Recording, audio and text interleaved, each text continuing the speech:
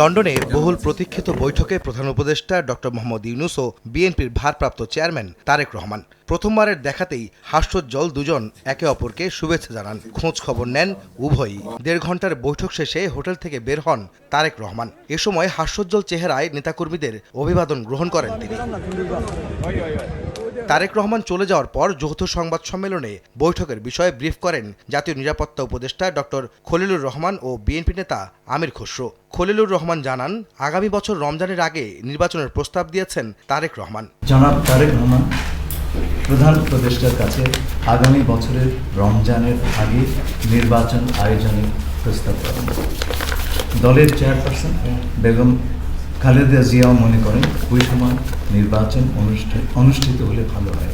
তবে সব প্রস্তুতি সম্পন্ন হলে রমজানের ১ সপ্তাহ আগেও নির্বাচন সম্ভব বলে জানান প্রধান উপদেষ্টা। নির্বাচন কমিশন শিগগিরই ভোট গ্রহণের সুনির্দিষ্ট তারিখ ঘোষণা করবে বলেও জানান খলিলুর রহমান। প্রধান উপদেষ্টা বলেন যে তিনি আগামী বছর এপ্রিলের প্রথমার্ধের মধ্যে নির্বাচন অনুষ্ঠানের ঘোষণা দিয়েছেন।